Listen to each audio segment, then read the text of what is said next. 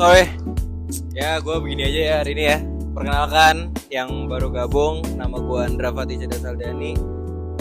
Mic-nya gue pegang aja soalnya kalau misalnya gini-gini gitu ntar bunyi kan, jadinya ya udah gue pegang aja lah ya.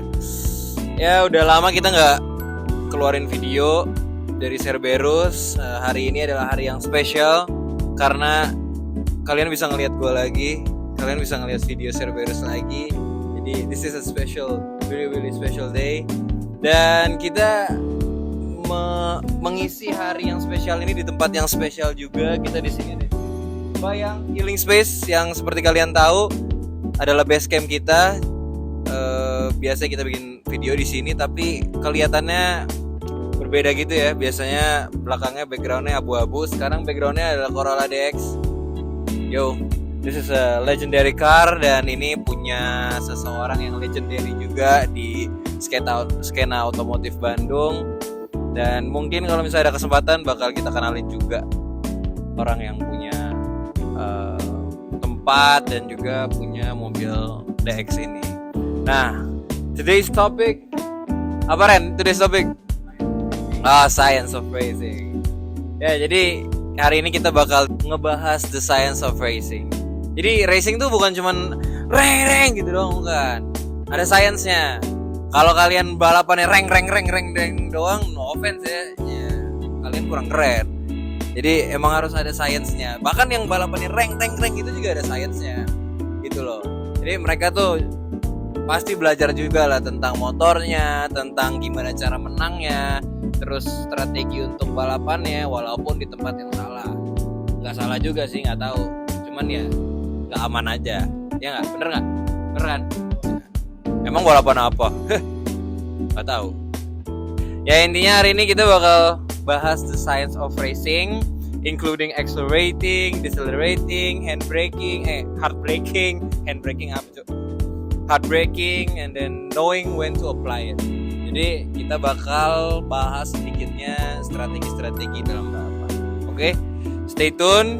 Ngapain stay tune ya? Langsung aja kali ya? Oke, langsung aja. Yang pertama akan kita bahas adalah acceleration. Ya, jadi kalau kalian bahas akselerasi, kalian pasti berpikirnya tentang kalau kalian ngegas di mobil terus kepala kalian ke belakang, gitu. Nah, itu akselerasi. Akselerasi itu bisa kalian rasakan, ya. Nah, kalau kecepatan tuh sebenarnya relatif ya. Kalian naik kereta, itu kalian cepat, ya kan? Kalian punya kecepatan, kalian punya speed, punya magnitude. Tapi belum tentu kalian merasakan akselerasinya. Nah, yang kalian rasakan ketika kereta itu dari diem, terus ke jalan, terus tiba-tiba jalan gitu kan kencang, nah itu akselerasi.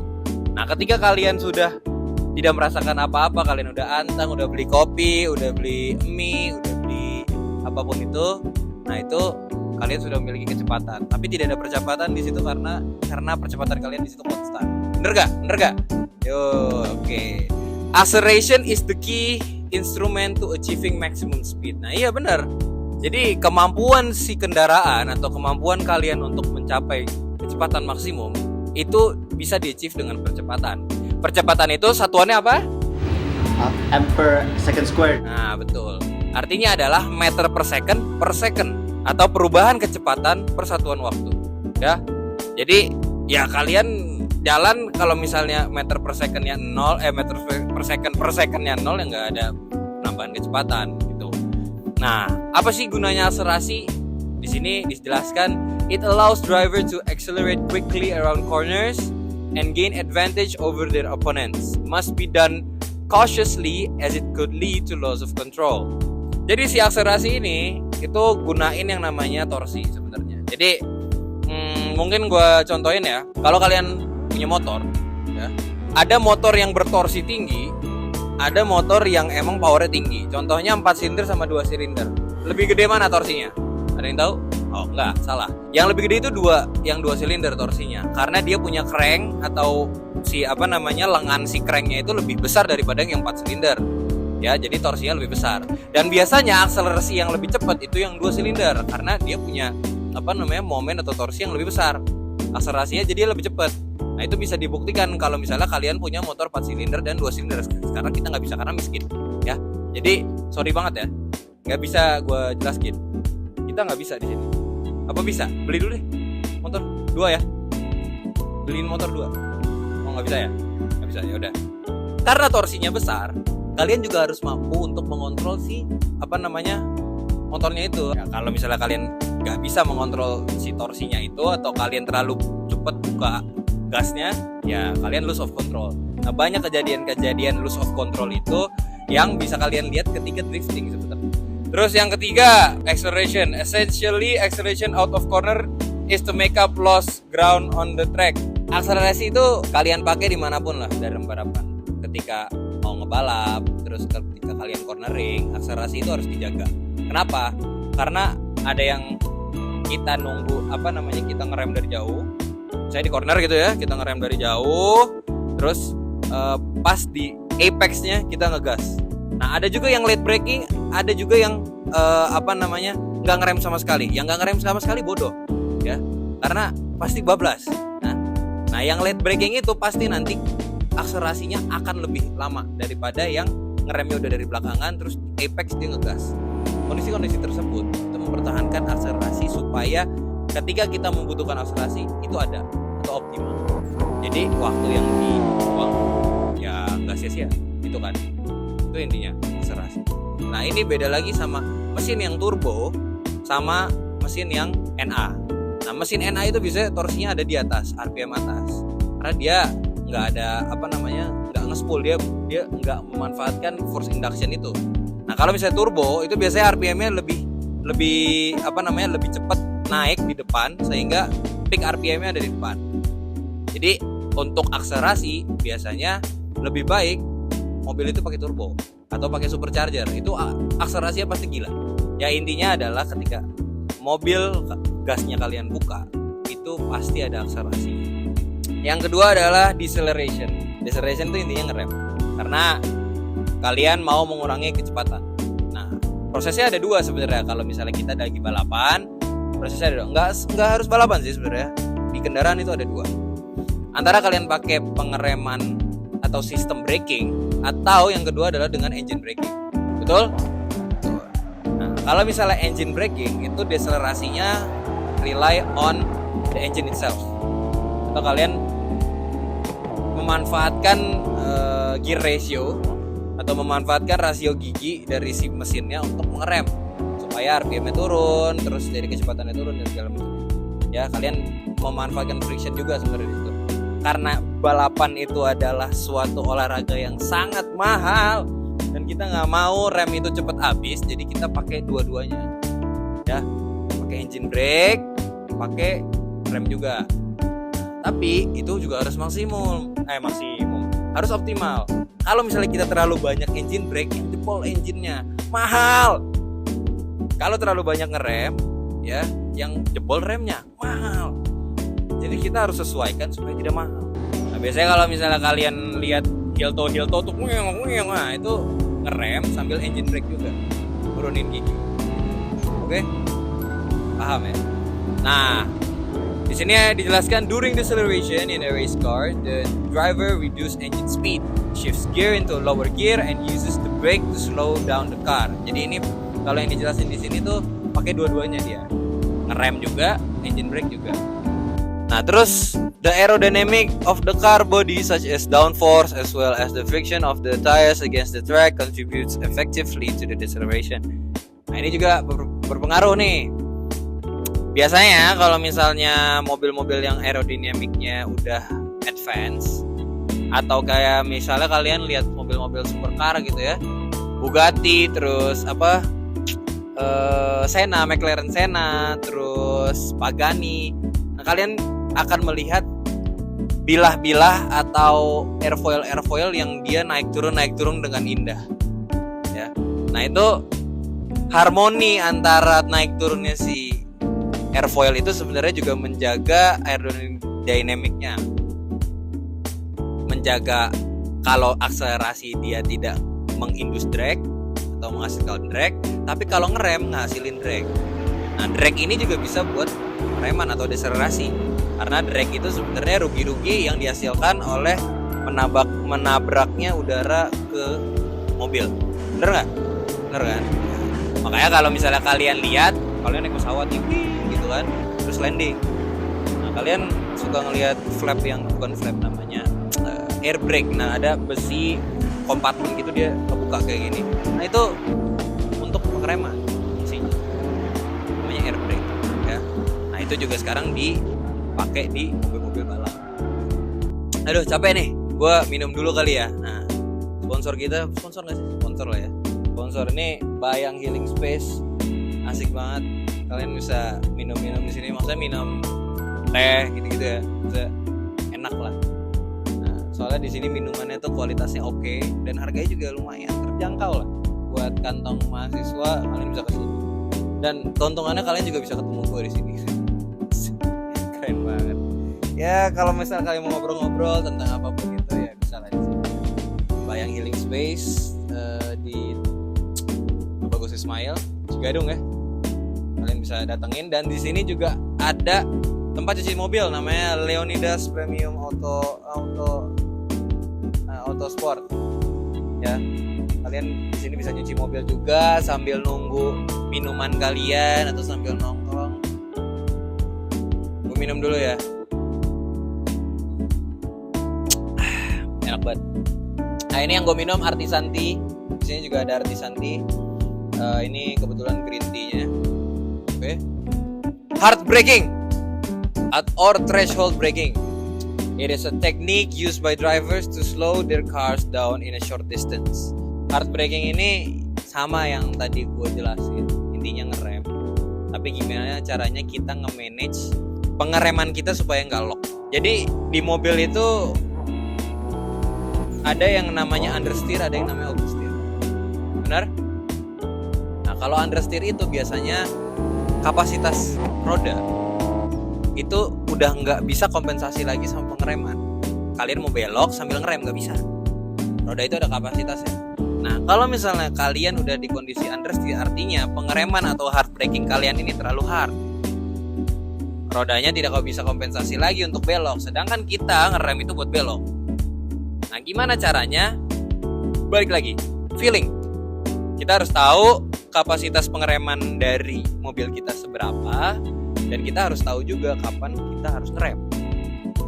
Nah itu kombinasi dua itu harus dilatih dan dilatih. Itu feeling.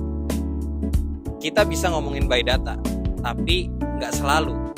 Kadang dengan equipment yang kita punya, kita nggak bisa ngomongin by data. Ngerti nggak mas? Ngerti ya? Jadi balapan tuh feeling sebenarnya. Nah itu susah. Tapi ada sainsnya. Ya itu sainsnya tadi. Nah cuman caranya nggak segampang itu. Kalau misalnya go-kart aja, itu kan remnya bagus tuh, ya kan? Nah kalau kalian remnya terlalu hard, itu pasti ngelosor, pasti keluar track. Kenapa? Karena remnya terlalu kuat. Jadi harus dikompensasi dengan feeling kalian. Gimana cara kalian tahu ini udah terlalu berat atau enggak? Nah, di mobil kalian, kenapa kok kalian mau ngerem segimanapun kalian gak akan nge-slide? Karena mobil-mobil kalian biasanya ada yang namanya sistem tuh ABS, anti-lock braking system. Itu jadi dia suatu modul regulator yang ngatur, kan biasanya kalau misalnya mobil pakai hidrolik ya, nah, yang ngatur hidroliknya supaya dia tidak konstan di maksimum pressure-nya. Jadi ada kayak kedut-kedutnya gitu. Nah itu menghasilkan pengereman yang optimal. Ngeremnya bagus tapi nggak ngelok juga. Nah sayang ya, di racing biasanya kebanyakan nggak pakai ABS dan nggak boleh pakai ABS. Jadi rely on the driver skill. Itu yang harus dilatih. Kalau misalnya kalian pengen lebih tahu lagi, ya kapan-kapan kalian datang ke Sentul lah, biar kalian bisa nyobain juga, ya kan? Bener nggak? Nah yang selanjutnya adalah cornering. Cornering in racing is the process of negotiating a corner at highest possible speed. Nah itu tadi kombinasi ngerem, akselerasi, dan deselerasi di cornering itu sangat krusial. Karena salah pengereman itu bisa menghasilkan kehilangan waktu yang cukup signifikan. Di balapan itu signifikan, 0,5 detik itu signifikan sekali. Jadi kehilangan 0,5 detik itu sangat merugikan. Jadi kombinasi antara akselerasi, antara pengereman dan deselerasi harus dikombinasikan dengan baik. This requires the driver to follow what we call racing line through the corner that is optimized for. Ada yang namanya racing line. Mau digambarin aja ya? Gimana ya cara gambarinnya? Iya, pas belok. Siap, lagi bikin video. Iklan. Nah, jadi gini. Anggaplah ini corner, gitu kan? Anggaplah ini corner, terus kalian lagi akselerasi. Akselerasi di sini. Ini misalnya straight lah ya, straight line. Straight line, terus kita tes. Kita bisa decision making antara kita mau ngerem di sini, mau ngerem di sini, atau mau ngerem di sini, atau nggak ngerem, terserah. Bodoh tapi kalau nggak ngerem, ya. Nah, dari mana kita tahu kapan kita ngerem? Kapasitas. Balik lagi ke kapasitas. Kapasitas braking kita seberapa? Kita harus tahu.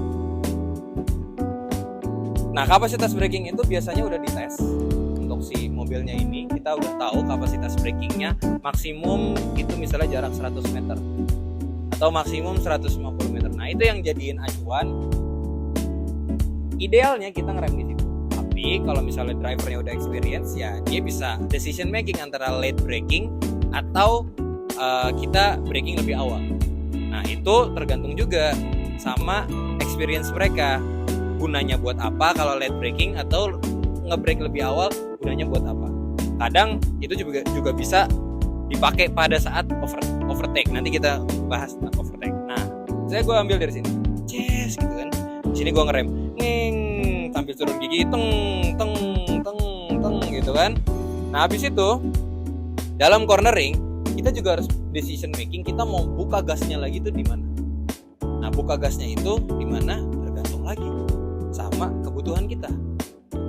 Kalau misalnya kita mau yang terbaik, biasanya racing line yang normal ya, yang kita lagi nggak dikejar-kejar orang, itu racing line normalnya itu adalah kita ngegas atau buka gas lagi di sini, atau di tengah-tengah apex atau di apexnya. Kita buka gas lagi, baru deh habis itu akselerasi dari sini. Nah, di sini karena kita punya jarak yang cukup untuk akselerasi, akhirnya kita mendapatkan kecepatan yang maksimum untuk lanjut balapan lagi. Nah, cuman nggak selalu seperti itu. Kadang ada aja orang yang ngerem, ya, rem, baru buka gas di sini. Tujuannya apa? Supaya dia punya line yang lebih tajam daripada siang ini. Nanti bisa. Nah, jadi kan kalau misalnya kita ngegasnya di sini, tadi kan arahnya begini ya. Nah, sekarang kita bisa lebih lurus. Nah, itu juga ada tujuan-tujuannya seperti itu. Buat apa? Nah, mungkin nanti Keiza bisa tampilin jenis-jenis racing line yang yang berbeda-beda itu kayak gimana dan mungkin fungsinya apa ya. Oke, intinya cornering kayak gitu. Nah, beda lagi biasanya cornering itu kalau misalnya di S atau bukan tikungan yang satu doang, tapi habis tikungan ada tikungan lagi. Nah, kalau misalnya habis tikungan ada tikungan lagi, biasanya kita ambil cornering kayak gitu. Ya, kita late braking di sini, late braking. Nah, habis itu kan kita mau belok begini kan, ya kan. Nah, kita korbankan apex yang ini untuk mendapatkan apex yang ini supaya kita dapat akselerasi yang maksimum di sini. Nah, yang kita mau keluarnya di sini. Akhirnya kita nge-late braking gitu kan, set. Nah, di sini dapat apexnya baru kita kasih. Itu strategi-strategi seperti itu. Sebenarnya depends on the experience and the skills of driver juga. Nah, itu salah satu hal yang cukup penting untuk cornering. Nah, cornering juga selain memikirkan tentang rem, kita juga harus tahu kondisi ban. Kondisi ban kita itu masih bagus apa enggak? Karena grip dari ban itu sangat mempengaruhi kemampuan cornering kalian. Motor, bentar dulu ya. Nah, ban yang udah jelek itu pasti gripnya jelek. Ban yang gripnya jelek itu udah pasti kemampuan mobil untuk cornering itu akan berkurang. Nah, artinya apa? Kalian harus kompensasi lagi di remnya. Waktu pengeremannya di mana? Waktu beloknya di mana? Ya. Nah itu salah satu salah satu faktor juga. Yang lain lagi adalah the surface of the track. Nah, kalian ini balapan di mana? Apakah di track yang licin, kondisinya sedang basah, sedang kering, terus kondisi aspalnya seperti apa? Nah itu kalian harus tahu. Jadi itu sangat bergantung sama grip level, surface of the track, terus weather condition juga, sama pengeremannya juga. Jadi ada banyak faktor lah. Cuman faktor utamanya adalah experience and skill. Kita bisa ngomongin, oke, ngerem di sini, oke, nanti ngegas di sini, buka gas di sini, beloknya di sini. Tapi pertanyaannya, kita berani nggak? Itu juga salah satu faktor. Nggak semua driver berani ngikutin anjuran dari misalnya race engineer-nya. Itu juga jadi salah satu faktor bahwa psikologi itu menentukan juga dalam kemampuan kita balapan gitu. Nah, setiap orang itu punya gayanya masing-masing dalam balapan, tapi tentunya ngikutin certain guideline juga. Jadi tadi yang penting grip level, surface of the track, braking system, weather condition, and also the psychology, skill, experience of the driver. Penting banget. Itu jadi kombinasi yang sangat krusial. Take one of corner yang kalian jelek. Nah, yang terakhir adalah overtaking. Di sini sih yang terakhir overtaking. Cuman, overtaking itu ya cukup self-explanatory lah ya. You wanna overtake someone in race. Kalian mau balapan. Jadi kalian harus ngebalap seseorang. Nah, itu ada teknik-tekniknya juga. Di sini ada beberapa step dalam overtaking. Tapi yang tentunya overtaking itu juga tergantung sama kreativitas si drivernya. Dimana kalian bisa memanfaatkan situasi dan kondisi untuk membalap seseorang. Gitu. Kalau di sini get in a slipstream. Nah, ini kondisinya adalah pakai slipstream. Slipstream tuh apa sih? Nah, Reno. Slipstream tuh gini kondisinya. Kalian balapan, di depan kalian ada lawan. Udah lu sana. Enggak, bukan. Ngadepin sana kan, gue mau ke sana. Nah, sebenarnya gue balapan sama Reno gitu kan. Ini mobil. Dan ini kecepatan tinggi yang artinya drag itu adalah drag force itu sangat mempengaruhi karena kecepatan gue tinggi. Wih, gitu kan. Nah, kalian mau balap. Tapi yang pastinya Reno tidak bodoh. Reno akan menutupi gue. Gitu kan. Menutupi gue sebisa mungkin gue enggak bisa balap. Ya kan? Drag itu membatasi kecepatan kita sebenarnya. Jadi ketika mau balap, kita mau ngebalap orang, ya kita pengennya kecepatan kita tuh yang maksimal. Tapi nggak bisa karena ada drag. Nah, caranya adalah gue berdiri di belakang Reno atau nyetirnya di belakang Reno, yang artinya gue akan mendapatkan less drag daripada si Reno. Karena Reno di depan gue dan yang langsung berhadapan dengan fluid streamnya atau flow dari udaranya, ya kan? Artinya gue akan memiliki kesempatan untuk punya overhead force yang lebih daripada si Reno karena di belakang sini gue nggak ditahan sama drag gitu. Artinya ketika Reno begini, nih gue nggak punya drag, terus tiba-tiba gue begini, nah gue nge-slingshot. Ya, nah itu adalah salah satu cara gue bisa ngebalap Reno. Nah tapi Reno juga nggak begitu bodoh gitu kan. Kalau misalnya di balapan asli, pasti dia nutupin, dia udah tahu pasti kalau misalnya kita di belakang dia, itu pasti kita mau nge-slipstream. Akhirnya Reno gimana? Reno begini ke kanan kiri, wih gitu, tutupin lagi gitu kan, tutupin terus.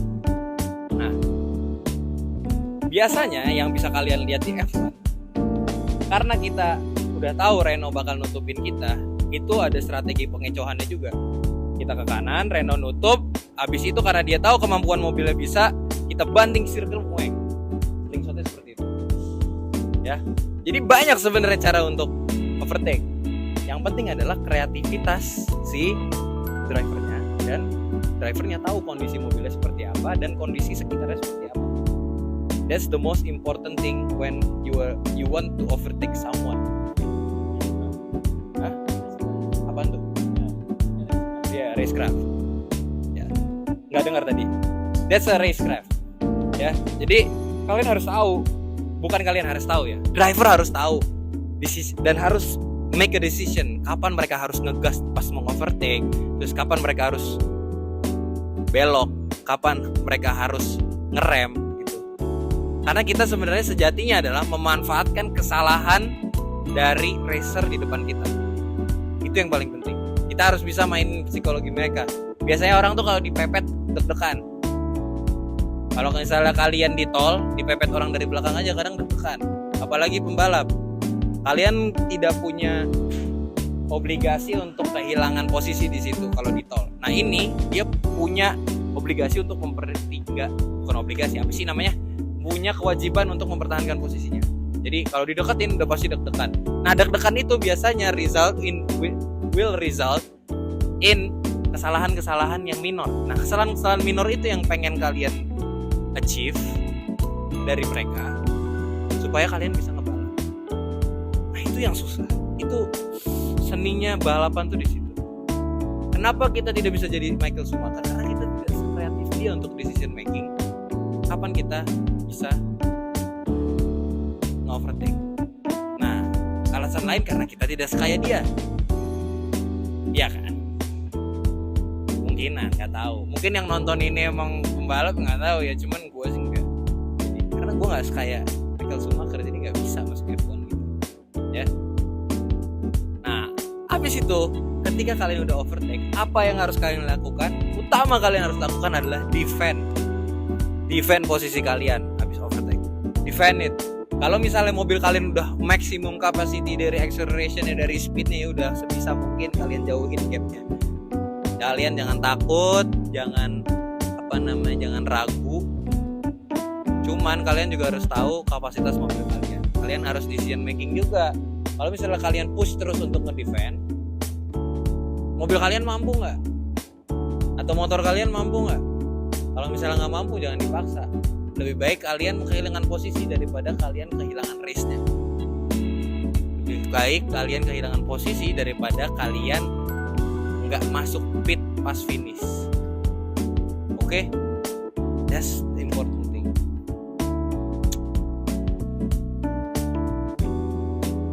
Ya, sejujurnya sih kayaknya itu aja ya. The science of racing, sebenarnya masih banyak science of racing. Because kalau kita ngomongin science, we also talk about the technologies and stuff. Tapi kayaknya nggak cukup ya kalau misalnya dibahas semuanya sekarang. Jadi kayak ya udah kita bahas racecraftnya aja. Next kita akan bahas tentang teknologi yang dipakai supaya akselerasinya maksimum dan optimum, decelerationnya optimum, terus di cornering itu gimana caranya kita bisa optimum. Nah itu bakal kita bahas lagi nanti. Oke? Ada yang mau ditambahin nggak? Nggak ada. Oke. Kalau gitu terima kasih yang udah nonton. Kalian ingat kalau misalnya kalian mau balapan, tolong di track ya, jangan di jalan, jangan di tol, ngebahayain orang. Oke? Saya tahu muka-muka saya pasti muka-muka speeding ya. Tapi yang jelas, even if you speed in the highway, perhatiin yang lainnya, jangan egois gitu. Kalau kosong ya it's alright lah, tapi tetap itu kalian ngebahayain diri sendiri. Please. Intinya adalah kalian harus tetap safety di racetrack dan salam Cerberus.